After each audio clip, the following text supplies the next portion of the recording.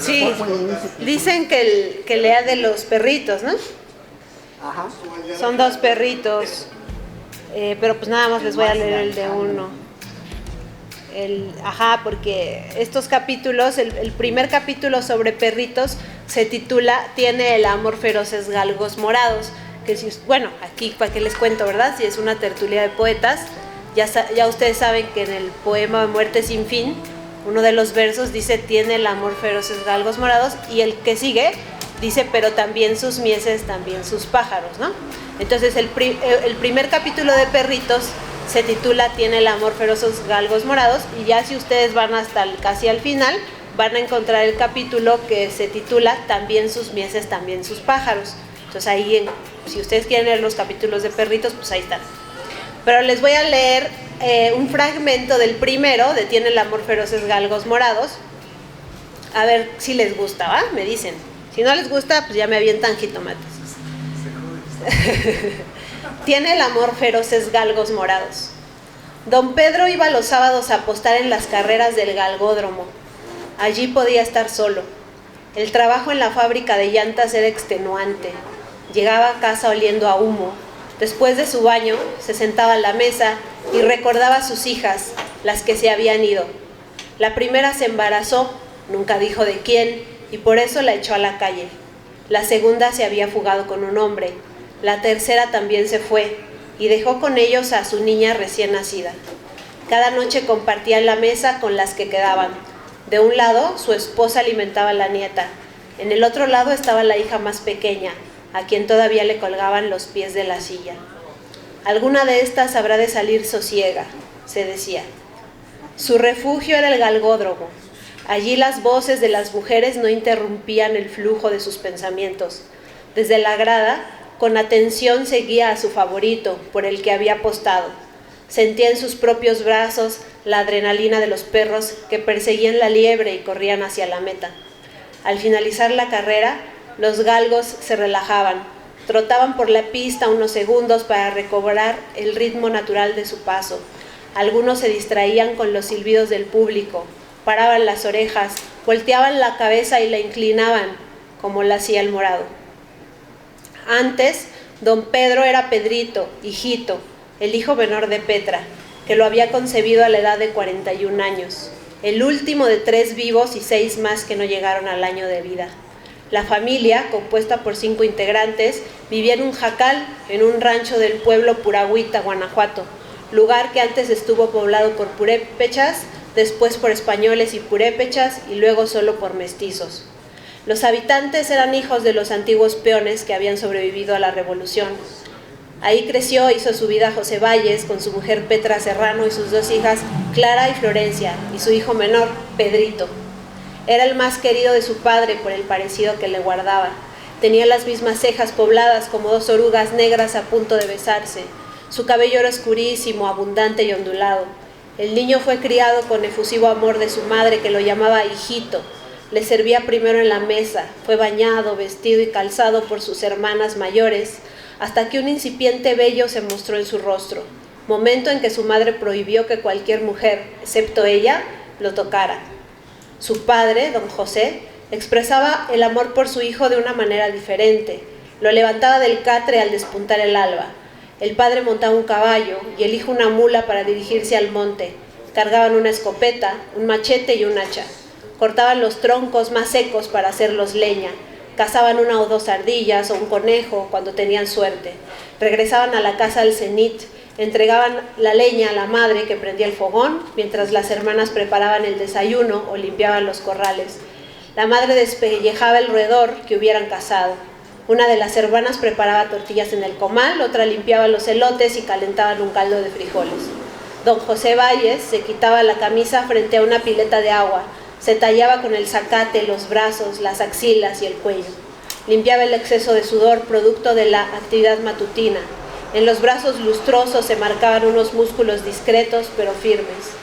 Pedro Valles, hijito, apenas era un adolescente. No tenía músculos como los de su progenitor, ya se le notarían después. Hasta ese entonces podía lavarse y descansar como lo hacía don José,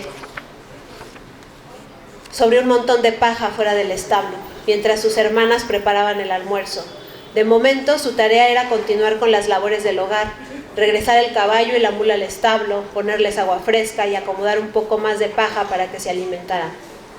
Aquellos días, Pedro, hijito, era instruido sobre sus responsabilidades como hombre. Aprendió a cortar la leña con el hacha, a apuñalar a los cerdos en el mero corazón para que no chillaran, a cazar tlacuaches y conejos con un solo tiro de escopeta, a cultivar y cosechar lo poco que daba la tierra, el maíz, el trigo y la caña en las zonas más elevadas, y a destazar a las vacas y bueyes cuando era necesario vender la res. Uno de tantos días, bajó del monte un cachorro que se paró frente a los corrales, del otro lado de la cerca que delimitaba el terreno. Se le notaban las costillas y los huesos del espinazo porque las presas escaseaban. Los hombres necesitaban alimentarse y eran más habilidosos que él y su manada. Algunos perros prefirieron morir de inanición antes que abandonar su territorio. Pero el morado, como lo llamaría Pedro, por el color negro azulado de su manto, era un perro joven y quería vivir. Amaba tomar siestas debajo de los árboles y le gustaba sentir el cosquilleo en la lengua cuando chupaba agua de las piedras a la orilla del río. Disfrutaba sentarse sobre sus largas patas traseras y contemplar a los pájaros que cantaban en las copas de los árboles. Apenas descubría el mundo, no quería acabar como su padre, macilento y lleno de sarna provocada por comer carroña y temerle al agua del río. Así que ante el último jadeo de su padre, que terminó con un quejido agudo, olfateó para cerciorarse de que ya no respiraba y emprendió camino hacia abajo del monte. Al principio fue cauteloso, debería permanecer atento para no cruzar con el rastro de otros perros que defendían su espacio. A medio camino le vino el hambre, pero ya ni siquiera se esforzó en buscar, no se olía ninguna presa.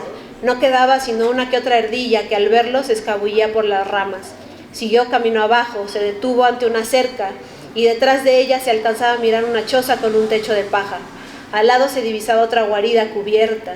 Por el olor sabía que había dentro un cerdo, un caballo y una mula. Reconocía esos cobertizos, pertenecían a los humanos. Por ello nunca se acercaba.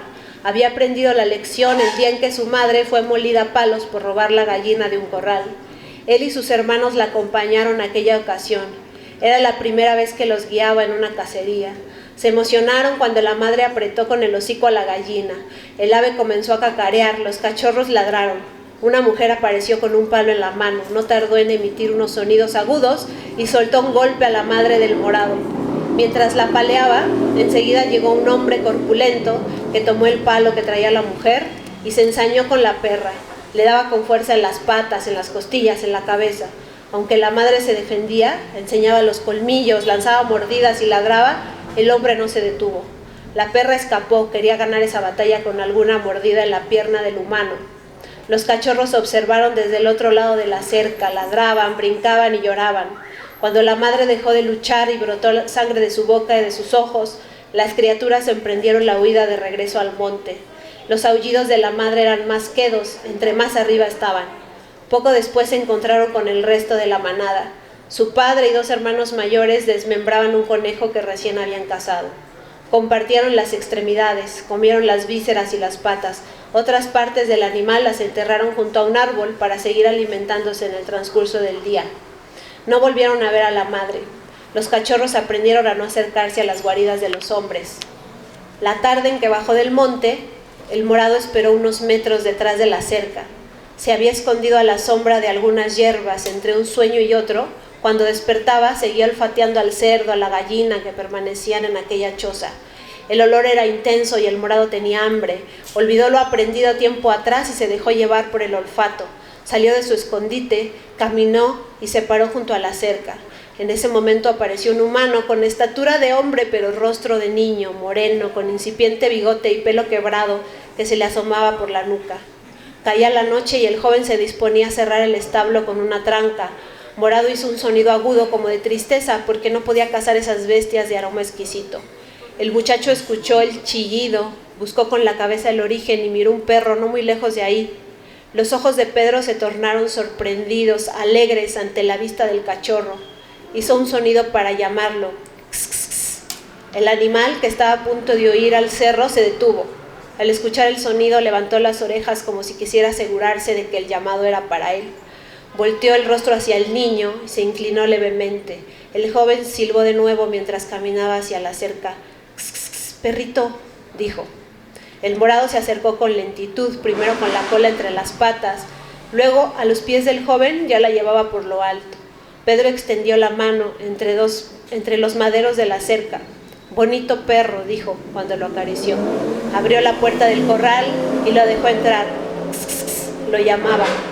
El perro se mantuvo quieto donde le señaló el muchacho, aunque movía la cola agitadamente de un lado a otro. El joven buscó un cuenco con alimento sobrante de los cerdos y lo acercó para que comiera. Puso también una jícara con agua y le regaló más caricias entre las orejas y en el lomo. Y ahí es una parte de cuando Pedro conoce a su mascota, a la que le llama el morado, y más aventuras que les pasan, que ustedes las podrán leer acá en La Bondad. Si gustan, traigo algunos ejemplares o la pueden comprar en las librerías de la UNAM. Como decíamos, ya quedan pocos, ¿no? Entonces aparten el suyo. Gracias a todos por escucharnos, por dejarnos compartir un poco de esta novela. Y no sé si tengan alguna pregunta o quieran Celo, el Maestro Jesús, agregar algo más. ¿Sí? No, en realidad no, más bien decían muy bien, no sé si tengan alguna pregunta o comentario para Lucila.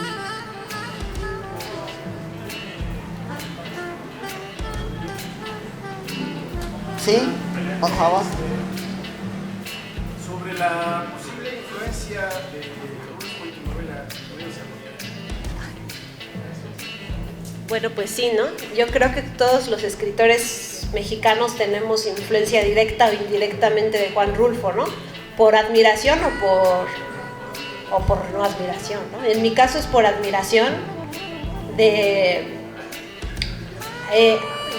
bueno, obviamente la novela primordial de Juan Rulfo pues es Pedro Páramo, pero en mi particular experiencia yo siento que me influencié más o me dejé influir más por las narraciones del Llano en Llamas, que son más realistas, más del campo, más de las circunstancias extremas que se viven en el campo. Y creo que esa es la parte que me influyó. Ahora, una cosa curiosa es que yo no me di cuenta ya hasta después que yo le puse al personaje Pedro Valles y que el libro de Juan Rulfo se llama Pedro Páramo, ¿no? O sea, yo no me di cuenta, ya hasta mucho después dije, ay, qué mensa. Le puse el mismo nombre, pero de otra manera, ¿no? Bueno, pero fue sin intención, ¿no? Pero bueno, sí, una gran influencia y muy, bueno, pues admiro mucho a ese escritor. Gracias, Miguel.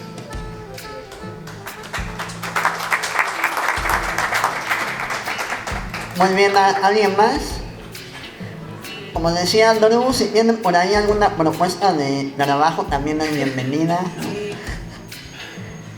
Sí, muy bien, pues pues bueno, ya hemos cumplido con el objetivo. Esperamos haber dejado, si no la curiosidad es suficiente para conseguir el libro, pues se den una idea de qué va este trabajo. Y pues yo me quedo con la expectativa, si así de lograr esta su primera novela. Pues yo sí te haría esa pregunta, Don Lucila, ¿tienes planes de una segunda novela? ¿Volverá Aurea Alejandra a aparecer por ahí? Ay, gracias. Bueno, sí, de hecho tengo también un libro de poesía por si lo quieren conseguir, de donde brota el loto, ese lo pueden comprar en Amazon. Sí quiero escribir una segunda novela, la estoy escribiendo, pero pues ya saben que es un proceso largo, bueno, por lo menos en mi proceso es largo. No sé cuánto me voy a tardar, esperemos que pronto. Hay que prenderle velitas a los santos para que sea este proceso fluido y les pueda yo después compartir esa segunda novela, que no es como continuación de esta, pero sí es sobre temáticas igual de contextos, como usted bien señaló, ¿no? Que son de voces que casi no se leen en la literatura. Entonces en este caso también es de otras experiencias de de barrios precarizados de lo que voy a contar, igual también donde las protagonistas serán mujeres, si el tiempo me permite llegar a concluir ese trabajo. Gracias.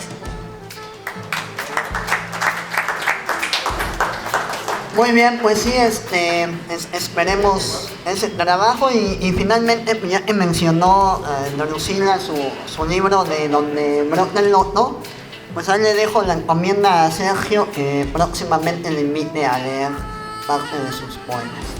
Y a todos ustedes les doy mi más sincero agradecimiento por su paciencia y escucha. Muchas gracias.